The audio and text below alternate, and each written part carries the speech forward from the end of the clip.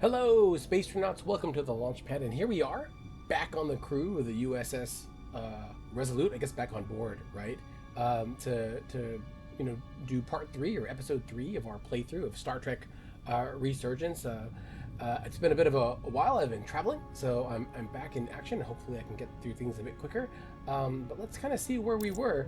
I think this is a spoiler because I think after we survived the storm surge last episode, we were supposed to go and pick up our mystery diplomat, and this next entry cast adrift. I guess it's going to be Spock. What? So I guess he's our mystery diplomat. So let's jump in this game and see where we're going to go with our 2 crew members. All right, let's take a look.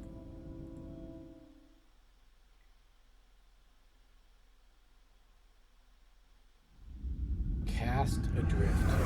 Next episode. Approaching the rendezvous point outside Atari Space. Helm, bring us out of warp. Dropping to impulse.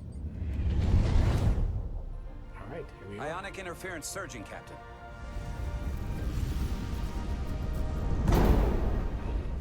Shield integrity holding.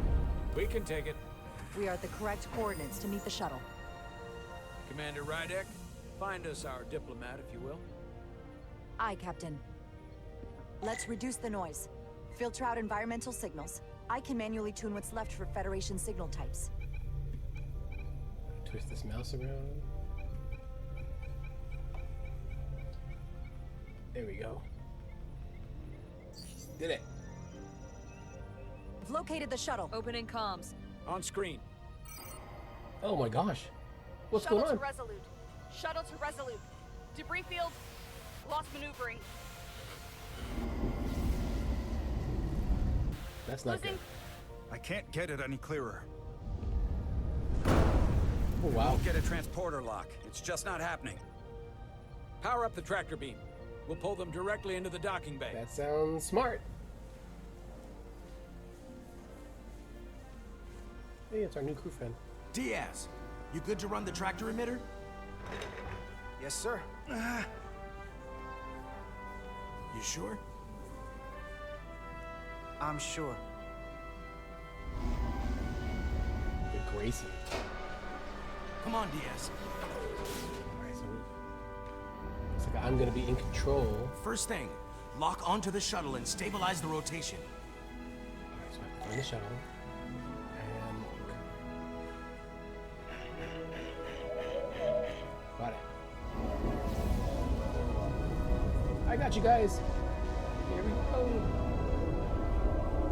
Oh no, there's a... We're pulling in debris. I'm on it. Use it to deflect the asteroid. So do I... Wait.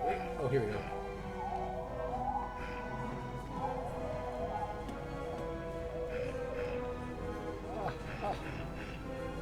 Come on. Take out that one.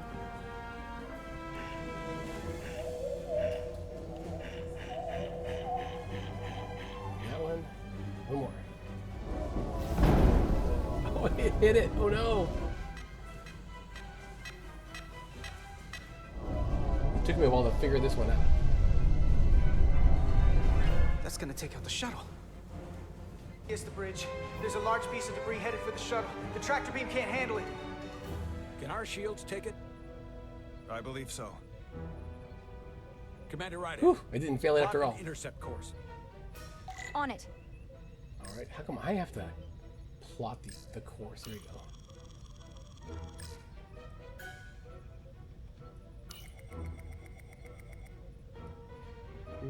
Let's do it here.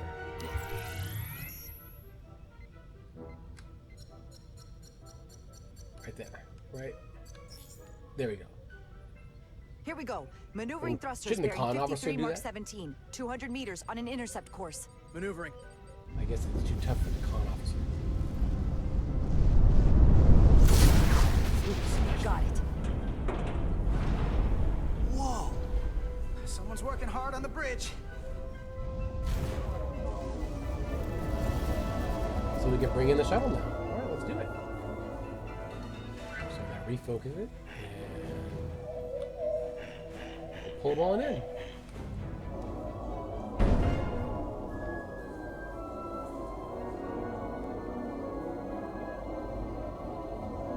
We got you, Grayson.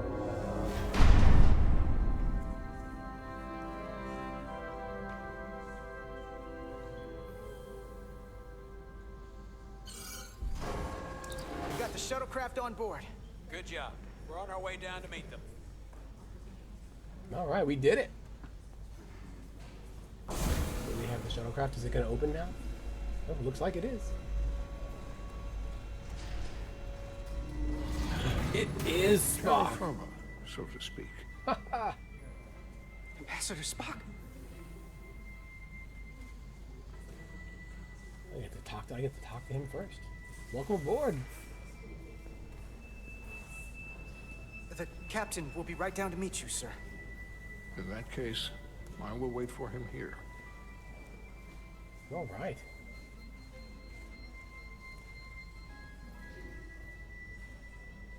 Can we talk to him some more? No? Oh yeah, we can. We'll apologize for the rough landing.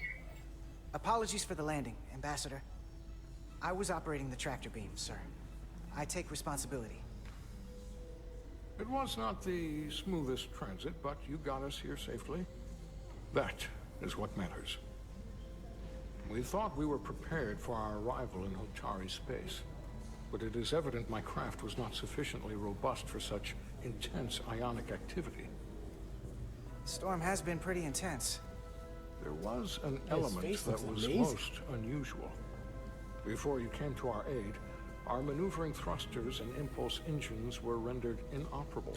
Sabotage. So we attempted a short traversal at warp speed, only to find that we could not achieve warp at all. Even more sabotage. Even though our diagnostics computer showed no faults or anomalies. Sabotage. What do you make of that?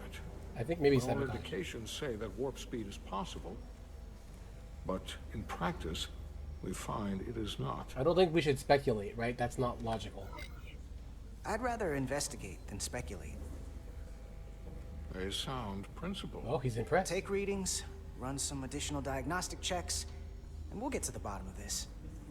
Quite logical. Petty Officer... Carter Diaz. Sir. All right. Thank you. Ambassador Spock, Excuse me. I'm honored to have you aboard.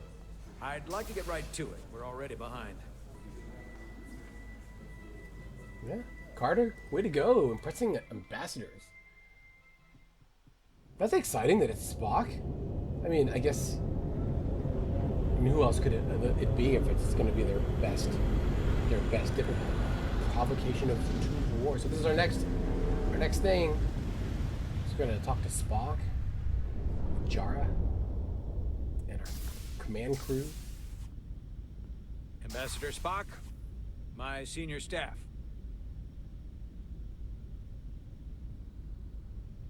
I wonder if Jara knows him already or not. I guess It's we're going not to find every out. day that a captain gets to welcome a Starfleet legend aboard. You flatter me, Captain Solano. But legend implies the past tense, whereas I am very much focused on our present circumstances. That's right. I didn't mean to suggest you were stuck in the past. You're right, Ambassador.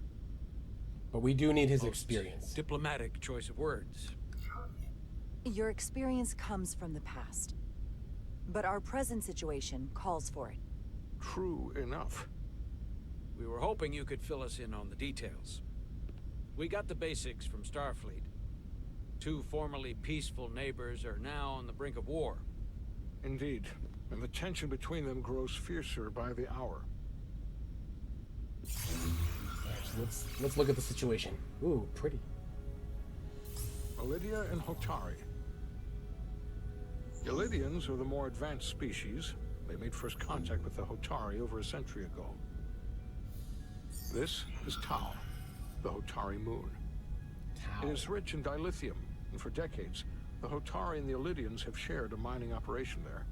The Elydians provide the technological resources, while the Hotari have served as the labor force. The stability of that arrangement was the source of their peace, until recently. The Hotari have suddenly and forcefully seized control of the mining operations and expelled the Illidians from their system. That is the official story, as told by the Hotari when they requested Federation mediation. Official? The details remain scant. Communications between all parties have been limited by the ionic interference. I think we should ask how this happened. How is it the Hotari were able to turn the tables and take the mines against superior forces, especially after decades in this arrangement? Unclear. The answer to that question may be the key to a new, lasting peace, and one that I hope we can uncover during these negotiations. But it is unlikely the relatively primitive Hotari forces would stand a chance against the Illidian fleet if this escalates to open war. We want to stop this war Left unchecked, from happening. this conflict will result in more bloodshed, which is what we are here to prevent. And the dilithium trade hangs in the balance. Clearly, the Hotari have been exploited in this relationship. Maybe we can persuade them peace is the more profitable alternative for everyone. They both profited from the mines. And for the Hotari, something is better than nothing. Peace is our objective, after all. That is correct. Let's agree with the captain. I think it makes a little bit of sense. So. If we could convince them, it would restore the peace. But we would need the Hotari to accept a difficult compromise. Made all the more difficult by the emotions flaring on both sides, no doubt. Neither the Illidians or the Hotari are members of the Federation, so we can't make them do anything. So they have to There choose. is an additional complicating factor I should mention. There always is. In the past, the Federation has relied on the Illidians as a source of dilithium. So we get dilithium from this whole group. That certainly changes things. Federation sources its dilithium from a lot of places. Yeah, and this is one of them. I think we're part of it. So we've already played a part in this. Oh yeah, so Jara, she Unfortunately, agrees. that is indeed the case, Commander Rydek. We're morally obligated to make this right. Hold on. Our only obligation is to negotiate the peaceful resolution of this conflict. No, that makes sense Given too. the Federation's involvement in the Illidium dilithium trade, Captain Solano and I must make every effort to appear neutral in these negotiations. What worries me is if this whole thing unravels, and we're at the mercy of the storm at less than full strength. We can't let it come to that. Considering what the Ion Storm has done to our ship, and the Ambassador's shuttle, we have to assume the Illidian fleet has had problems with it as well. This recent surge in the energy disturbance temporarily levels the playing field. Commander Westbrook is correct. The energy anomalies around the Hotari systems have been noted in the past. But they have never been observed on the orders of magnitude we have seen in recent weeks. I think it buys us some time. If it's keeping the two sides talking instead of shooting at each other, that actually helps us negotiate a peace. And we'll take advantage of that as long as it works in our favor. And when it doesn't? All the more reason to learn as much about it as we can. It sounds like while this we are energy here. storm is pretty We do not want to be suspicious. caught unprepared, should the energy anomaly continue to fluctuate. Yeah, Spock knows. So I trust we understand our circumstances. We're operating on a strict timetable here, and we're going to be leaving for the negotiations shortly. Commander Westbrook, I want you to leverage our systems to investigate the anomaly from here while we're gone. Aye, Captain. Thank you all. Dismissed. I want to speak to both of you privately. Oh, we get a private session with Spock. Ambassador Spock, I'd like to make a formal introduction. My first officer, Commander Jara Rydek. Commander, as you are aware, there are limits to what Captain Solano and I can do in our official capacity as representatives of the Federation. But someone in an unofficial capacity, your first officer, for example, would not be bound by those restrictions. Secret mission! Commander Rydek could ingratiate herself to certain parties behind the scenes, where they may be more candid in revealing information that could lead to a resolution. It is a secret mission from Spock. She certainly goes her own way. Maybe that helps in this case. It would be unconventional, but I'm not opposed to it. Well, I will do whatever it takes. I'm perfectly happy to work outside the lines. And by extension, you will be doing your duty, Commander. Just not too far outside the lines. Well, I hope Commander Rydek will have more luck finding out what really happened than we will through official diplomatic channels. The fate of the negotiations, the interests of the Federation, and the prospect for peace will very well depend on it. It's all on our shoulders, apparently.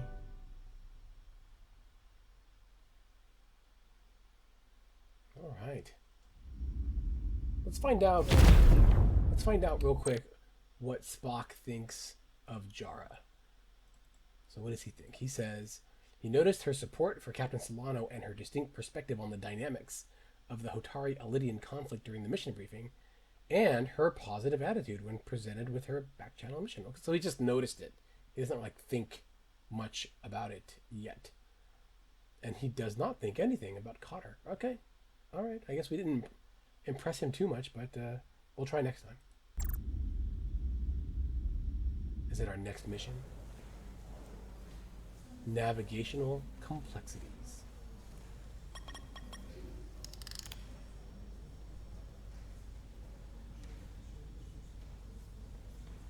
Hey, it's my friend. Mr. Diaz, I understand you have already And my boss. discussed the warp drive failure with Ambassador Spock. Uh-oh. I have.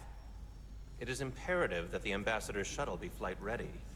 I need you both to ascertain the root cause of the system failures he encountered. Oh, we're gonna I'm investigate the surprised, ship. Commander. I thought you would have wanted to work on Ambassador Spock's shuttle yourself. I respect the Ambassador and his many accomplishments, but I do not derive any satisfaction from interacting with his shuttle as if it were somehow transubstantiated through its association with him. Especially when I have the entirety of this starship to concern myself with. I think I want to do it. I am not the chief engineer of this shuttle. Ooh.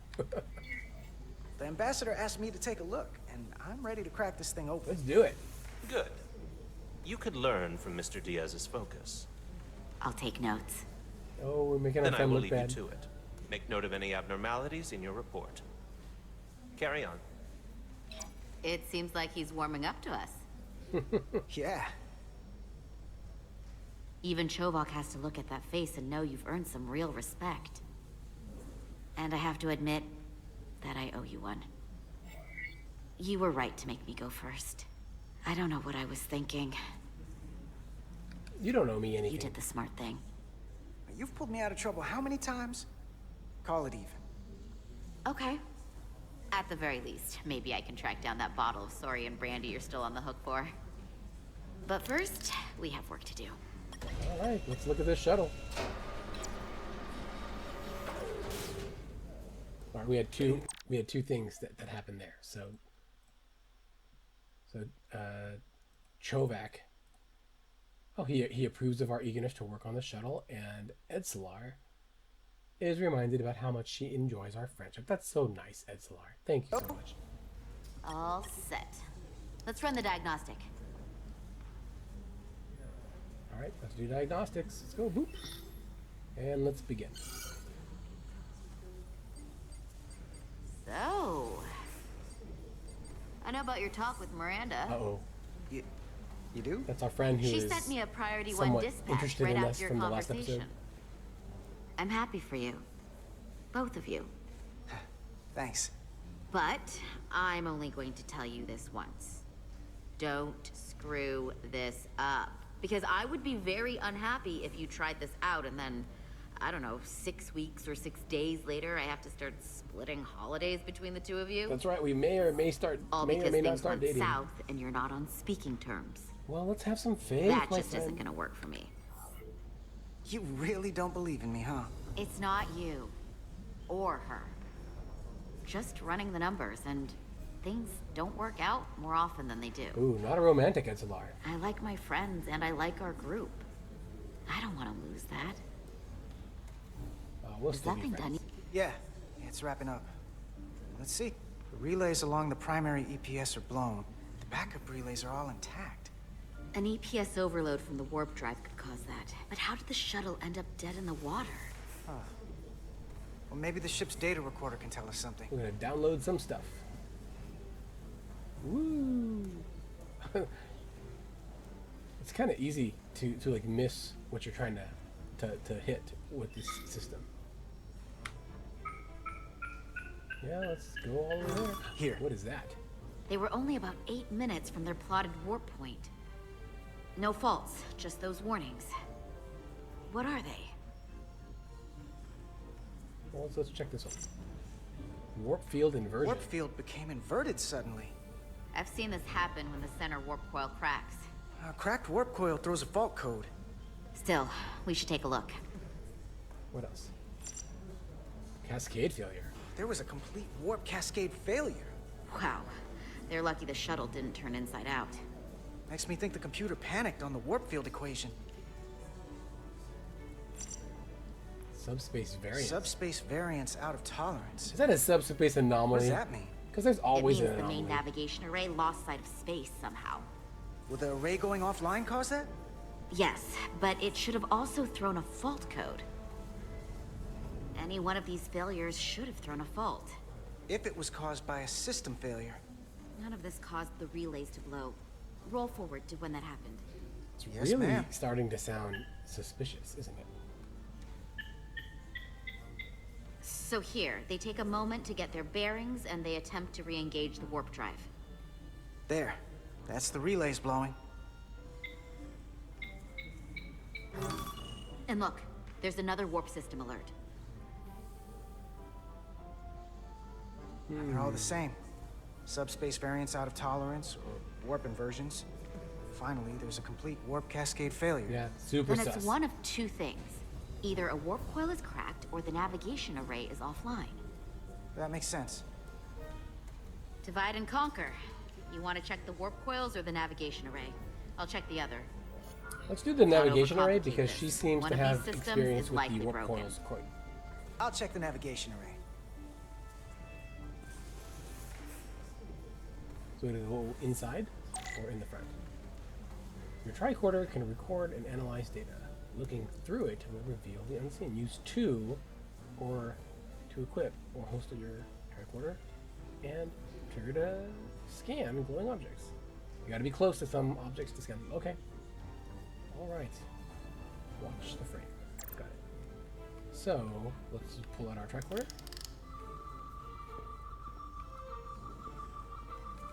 Let's go on the front. Can I go on the front?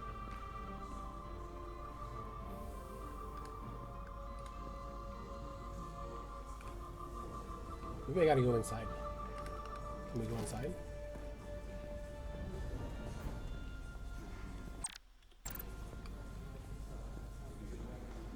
Okay, so I can't go through it. Whoa, was that my face? Whoa! Wow, that, whoa, my eyeballs, that is creepy. Oh my gosh. Whoa! Outside? Inside. Outside? Inside. Okay, okay, sorry. That was weird.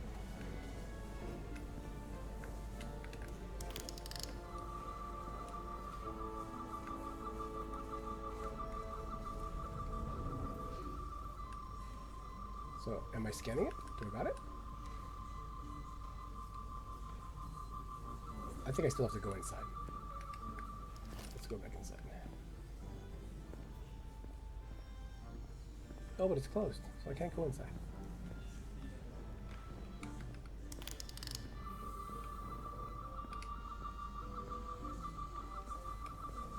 Oh, you can see her through it too. You can see people.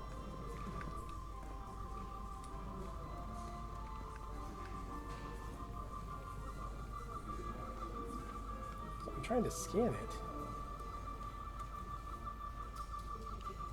Oh wait, there it is. I'm out of range. Anomaly targeted. Scanning. Some objects you scan will activate a deep scan. Use Q and E to switch between the different scan modes. The modes indicators on the tricorder will blink if there's an object defined in that mode. So Q and E, the frame will change color. Okay. So, let's do Q. Nope. E.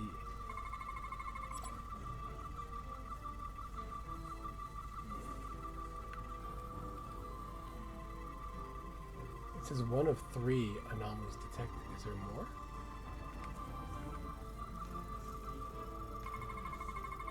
Chemical mode.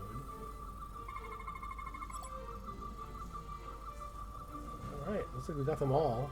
And then now we need to analyze. Complete scan.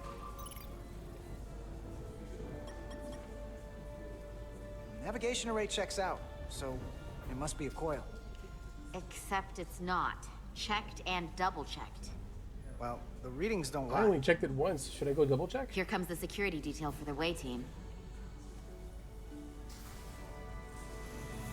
Hey, there's Miranda.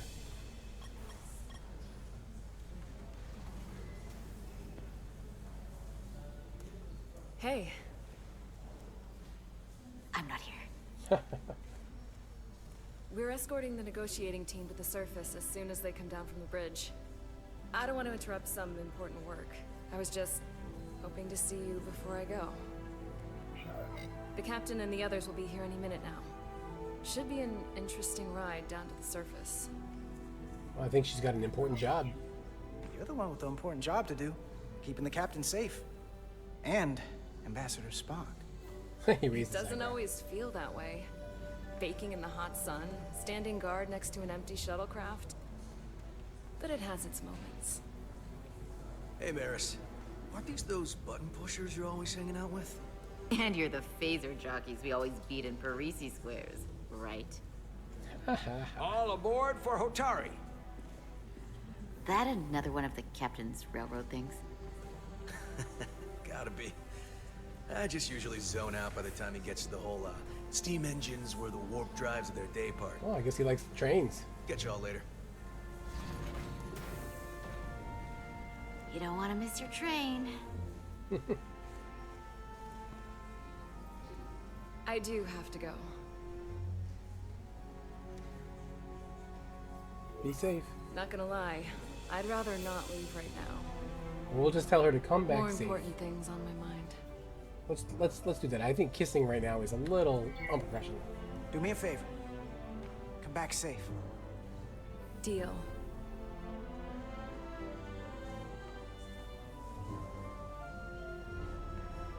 Be seeing you.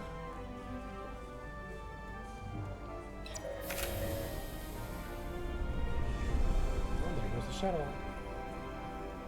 Feels like we're ending a chapter. That's Larda Diaz.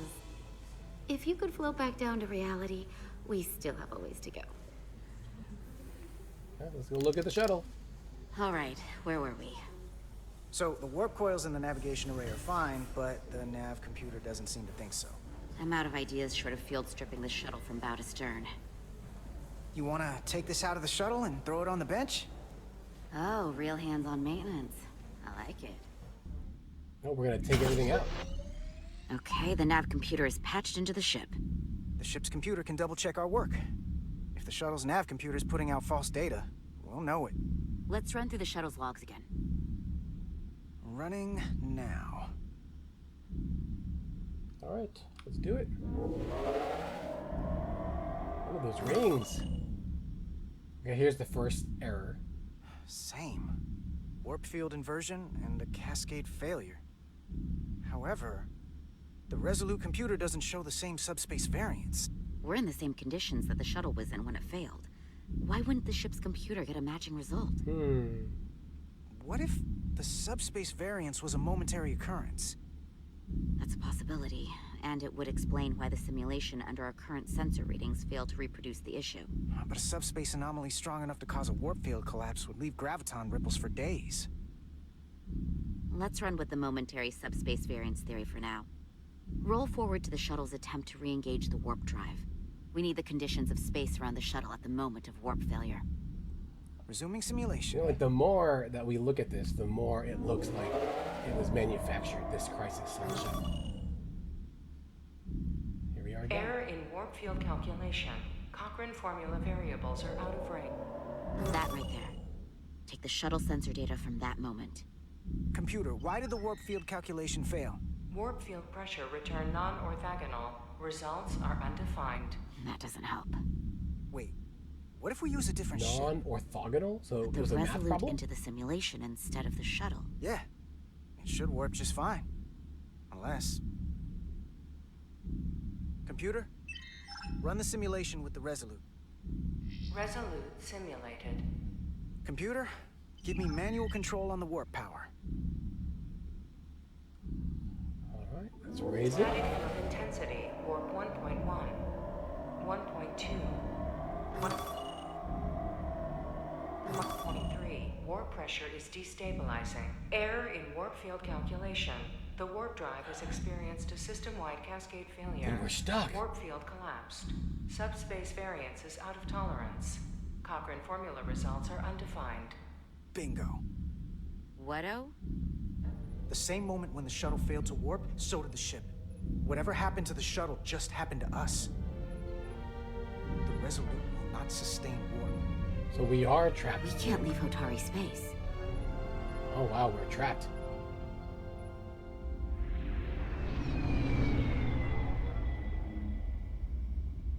That means that the Hotaris are trapped and the Elydians are also trapped. So no one gets to leave.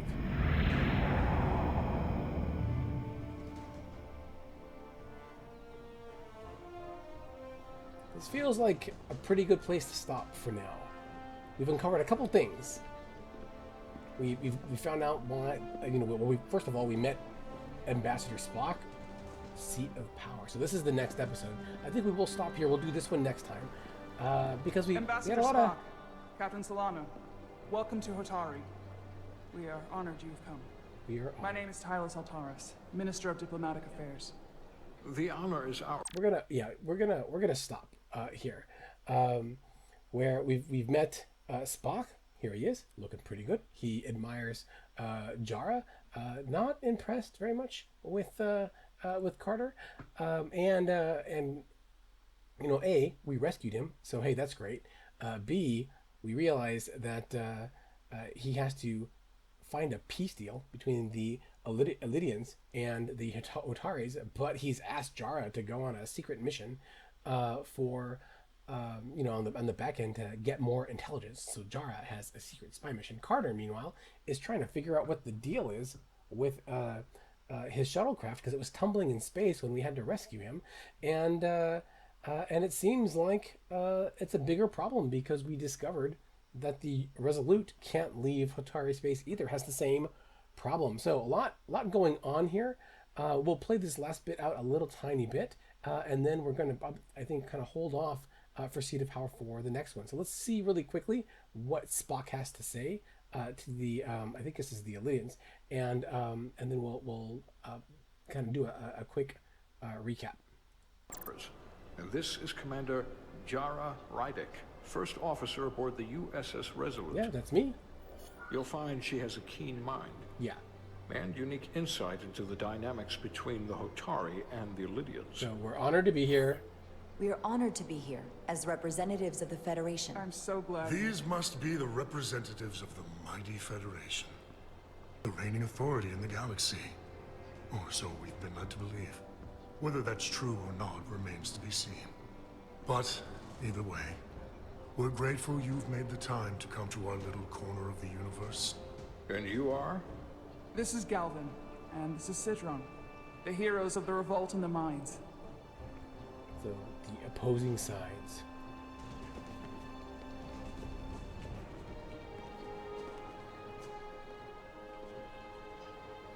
Let's hope this is the last time we ever have to come here. If you'll excuse me.